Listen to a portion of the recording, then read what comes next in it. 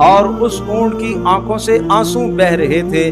پیارے رسول صلی اللہ تعالیٰ علیہ وسلم نے ارشاد فرمایا اس کا مالک کون ہے؟ مالک دوڑتا ہوا آیا اور رسول پاک صلی اللہ علیہ وسلم کی خدمت میں پہنچا۔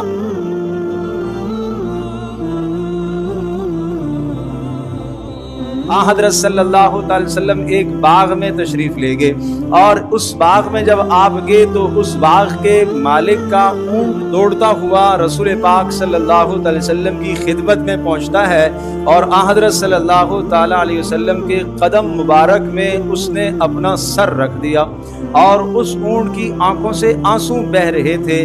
پیارے رسول صلی اللہ تعالی علیہ وسلم نے ارشاد فرمایا اس کا مالک کون ہے؟ مالک دوڑتا ہوا آیا اور رسول پاک صلی اللہ علیہ وسلم کی خدمت میں پہنچا۔ آپ نے یہ ارشاد فرمایا کہ تم اس پر بوجھ زیادہ لاتے ہو، اس سے تم کام زیادہ لیتے ہو، اور اس کو تم چارہ کم دیتے ہو، لہٰذا تمہیں ان بے زبان جانوروں کے معاملے میں اللہ کا ڈر اختیار کرنا چاہیے۔ حضرت صلی اللہ علیہ وسلم رحمت للعالمین، سب جہانوں کے لیے رحمت ہیں، تو آپ ان جانوروں کے لیے بھی رحمت ہیں۔ آپ نے اتنے خوبصورت قوانین اور ضابطے بتلائے ہیں۔ ایک اور اونٹ کو آپ علیہ الصلوۃ والسلام نے دیکھا کہ بھوک کی وجہ سے اس کا پیٹ کمر کے ساتھ لگا ہوا تھا، لاغر اور کمزور اور دبلا پتلا ہو رہا تھا۔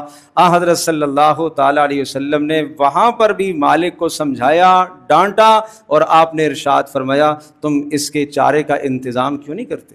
اور اسی طرح سے ہم جس شہر کے اندر رہتے ہیں، کہیں پانی موافق ہوتا ہے، کہیں پانی موافق نہیں ہوتا، تو جس طرح سے ہم اپنے پانی کا خیال رکھتے ہیں، صاف ستھرا پانی ہمیں چاہیے ہوتا ہے، میٹھا پانی ہمیں چاہیے ہوتا ہے، اس بات کا ہم خیال رکھیں کہ اگر جانور آپ نے پالا ہے، 4 دن اپنے پاس آپ نے رکھا ہے، 10 دن اپنے پاس رکھا ہے، 2 دن اپنے پاس رکھا ہے، تو اس کے پانی کا بھی معقول انتظام کیا جائے۔ ایسا پانی اسے نہ دیا جائے جو وہ نہ پی سکتا ہو، مگر مجبوری پیاس کی شدت میں وہ پی لے اور اس کا جی نہ چاہتا ہو۔